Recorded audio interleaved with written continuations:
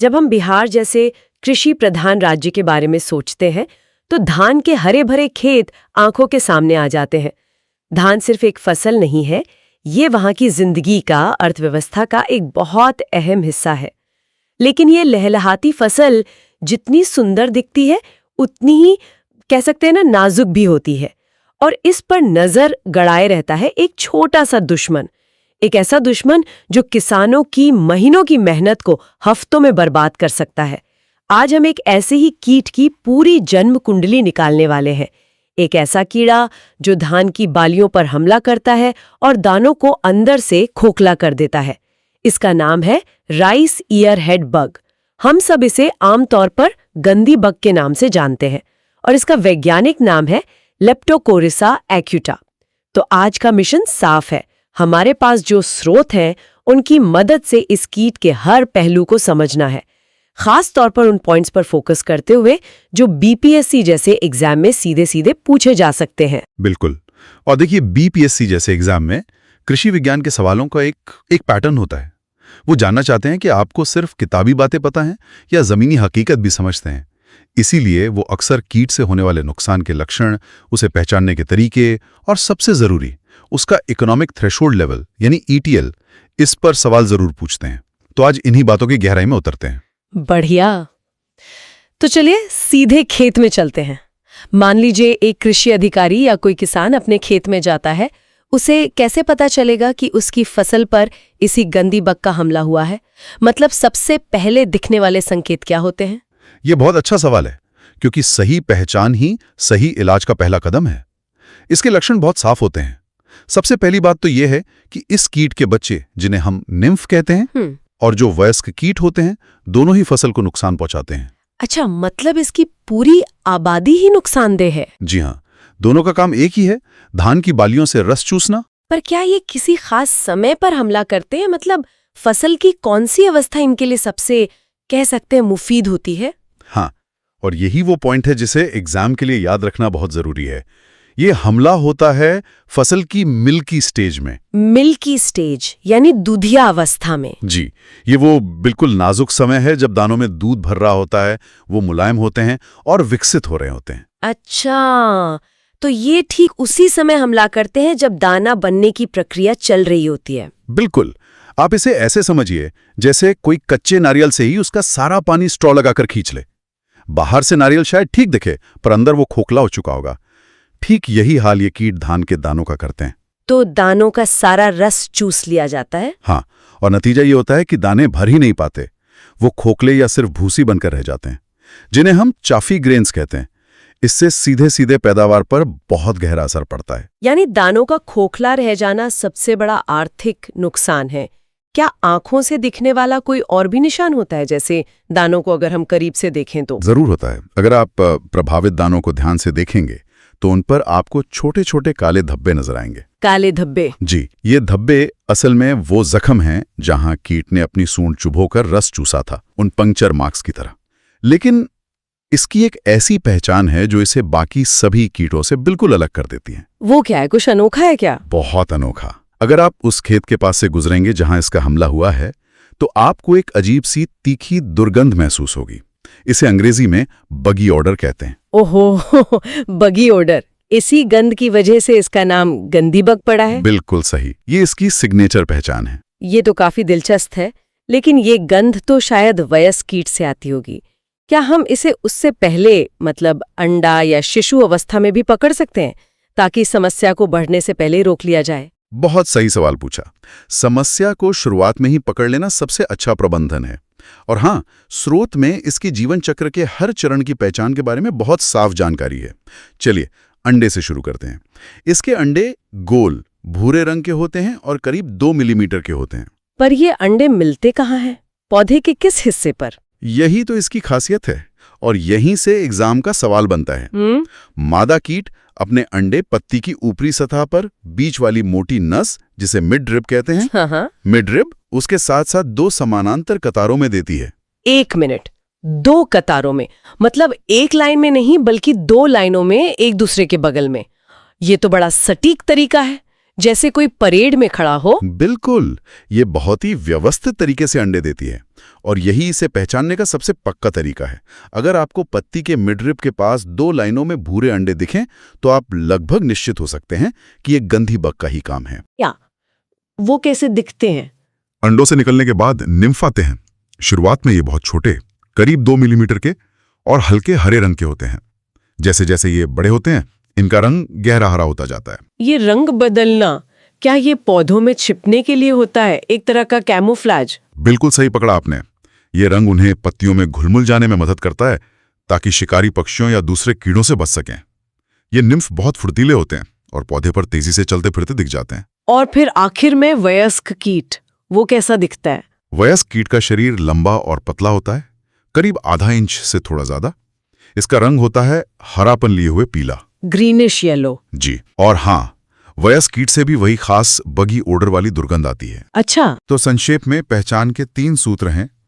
Midrib पर 2 कतारों में अंडे, हरे रंग के फुर्तीले निम्फ और एक लंबा पतला पीला हरा वयस्क जिससे खास गंध आती हो। ठीक है। तो अब हमने दुश्मन को पहचान लिया है, उसके हर रूप को समझ लिया है। अब सबसे अहम सवाल, इससे लड़ा कैसे जाए? अगर किसी को पता चल गया है कि ETL पार हो गया है, तो उसके हाथ में क्या क्या हथियार हैं? स्रोत में क्या समाधान बताए गए हैं? बिल्कुल। प्रबंधन के तरीकों पर आने से पहले एक बहुत ही वैज्ञानिक कॉन्सेप्ट को समझना जरूरी है, जिसका जिक्र मैंने शुरू में किया था, ETL यानी इकोनॉमिक थ्रेशोल्ड लेवल। हाँ, ETL, आसान भाषा में इसका क्या मतलब है? क्या ये कोई खतरे का लेवल या डेंजर लाइन है? आप इसे एक्शन पॉइंट समझ सकते हैं। ये विज्ञान और अर्थशास्त्र का एक मिश्रण है। ETL का मतलब है खेत में कीटों की वो संख्या जिस पर पहुंचने के बाद अब हमें कीटनाशक का इस्तेमाल करना ही पड़ेगा, वरना हमारा नुकसान कीटनाशक के खर्चे से ज्यादा हो जाएगा। अच्छा, मतलब अगर कीटों की संख्या इस लेवल से कम है तो स्प्रे करने का कोई फायदा नहीं, क्योंकि दवा का खर्चा नुकसान से ज्यादा होगा। जी, उस स्थिति में इंतजार करना ही ज्यादा फायदेमंद है। समझ गई। ये तो बहुत ही प्रैक्टिकल अप्रोच है। तो इस गंदी बग के लिए ये एक्शन पॉइंट या ETL क्या है? स्रोत में इसके लिए बहुत साफ और याद रखने लायक आंकड़े दिए गए हैं। ये आंकड़े परीक्षा के लिए बहुत महत्वपूर्ण हैं। धान में फूल आने की अवस्था में यानी फ्लावरिंग स्टेज में ETL है 5 बग प्रति 100 बालियां। सिर्फ 5 बग? जी। और जब फसल दूधिया अवस्था से दाना पकने की अवस्था में हो तब ETL थोड़ा ज्यादा है, 16 बग प्रति 100 बालियां। 5 बग फूल आने पर और 16 बग दूधिया अवस्था में प्रति 100 बालियों पर। ये नंबर तो सीधे सीधे याद करने वाले हैं। ठीक है, तो मान लीजिए कि गिनती की और पाया कि ETL पार हो चुका है। अब क्या? अब नियंत्रण के लिए स्रोत में 2 मुख्य तरीके बताए गए हैं। एक तो धूल का छिड़काव यानी डस्टिंग और दूसरा स्प्रे। पहले डस्टिंग की बात करते हैं। इसमें पहला और सबसे आम रासायनिक विकल्प है क्विनालफॉस 1.5D। क्विनालफॉस? जी। इसके लिए मात्रा तय है, 10 किलो प्रति एकड़ की दर से इसका छिड़काव किया जाता है। ये तो हुआ रासायनिक विकल्प। क्या कोई जैविक या हर्बल विकल्प भी है? हाँ, और दूसरा विकल्प ही इस पूरी चर्चा का सबसे दिलचस्प हिस्सा है। ये है FNA10D, जो एक हर्बल डस्ट फॉर्मुलेशन है। इसकी बनावट इसे बहुत खास बनाती है। ऐसा क्या है इसकी बनावट में? ये 10% एक्युरस कैलेमस, जिसे हिंदी में बच कहते हैं, उसके प्रकंद के पाउडर से, बच, और बाकी 90% फ्लाई ऐश से बना होता है। 1 मिनट, फ्लाई ऐश, ये वही फ्लाई ऐश है जो थर्मल पावर प्लांट की चिमनियों से निकलने वाला कचरा होता है?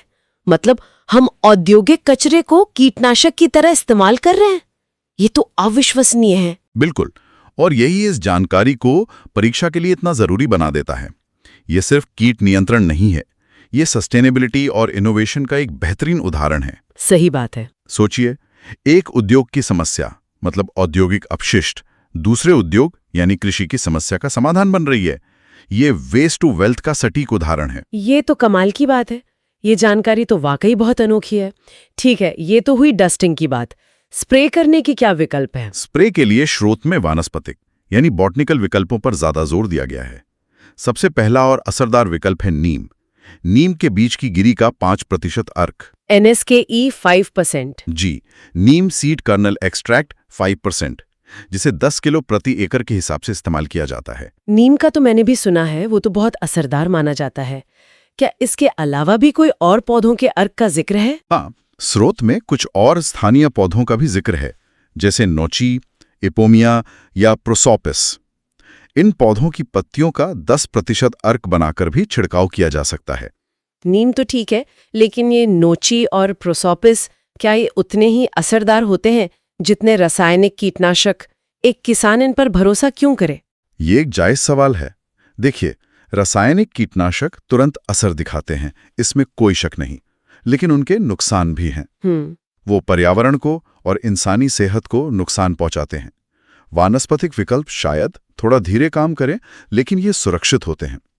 ये कीटों को मारते नहीं, बल्कि उन्हें दूर भगाते हैं या उनकी भूख खत्म कर देते हैं। तो एक जागरूक किसान के लिए ये एक बेहतर और टिकाऊ विकल्प है। समझ गए। तो हमारे पास रासायनिक, हर्बल और वानस्पतिक तीनों तरह के विकल्प हैं, लेकिन इनका इस्तेमाल कब और कितनी बार करना है? क्या इसका भी कोई तय समय है? हाँ, समय सारणी बहुत जरूरी है। चाहे आप डस्टिंग करें या स्प्रे, इसे 2 बार करने की सलाह दी जाती है। पहला छिड़काव फूल आने की अवस्था के दौरान करना चाहिए। ओके। और दूसरा छिड़काव ठीक उसके 1 हफ्ते बाद।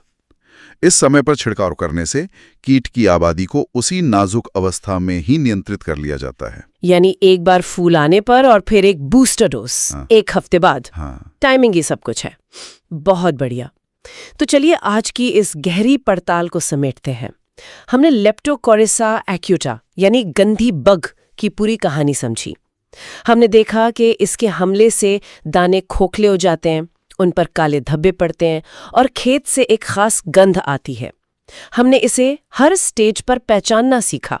पत्ती की मिडरिप पर 2 कतारों में सजे अंडे, हरे निम्फ और पतले पीले हरे वयस्क। और सबसे जरूरी, हमने इसके प्रबंधन का वैज्ञानिक तरीका समझा, जिसमें ETL के वो जादुई आंकड़े 5 और 16 बग प्रति 100 बालियां और क्विनालफॉस से लेकर नीम और फ्लाई ऐश जैसे अनोखे विकल्पों को भी जाना।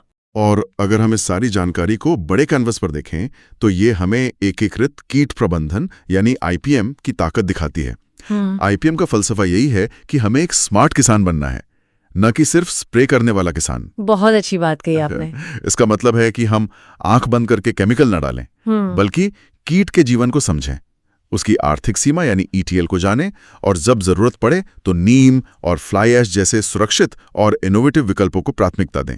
ये न सिर्फ हमारी फसल को बचाता है, बल्कि हमारी मिट्टी, हमारे पानी और हमारे भविष्य को भी सुरक्षित रखता है। बिल्कुल, ये सिर्फ एक कीट के बारे में जानकारी नहीं है, बल्कि खेती करने के एक ज्यादा जागरूक और जिम्मेदार तरीके की ओर एक इशारा है। बिल्कुल। और आज की चर्चा खत्म करने से पहले मैं एक सवाल छोड़ना चाहती हूँ। स्रोत में एक तरफ क्विनालफॉस जैसा पारंपरिक केमिकल है, तो दूसरी तरफ थर्मल पावर प्लांट की राख से बना एक हर्बल मिश्रण। ये बात मुझे सोचने पर मजबूर करती है कि कृषि सुरक्षा का भविष्य शायद ऐसे ही नवाचारों में छिपा है। क्या पता हमारे आसपास ऐसे और कितने औद्योगिक कचरे पड़े हों जो असल में किसी और समस्या का समाधान हो और हम उन्हें पहचान ही ना पा रहे हों। इस पर जरूर सोचिएगा।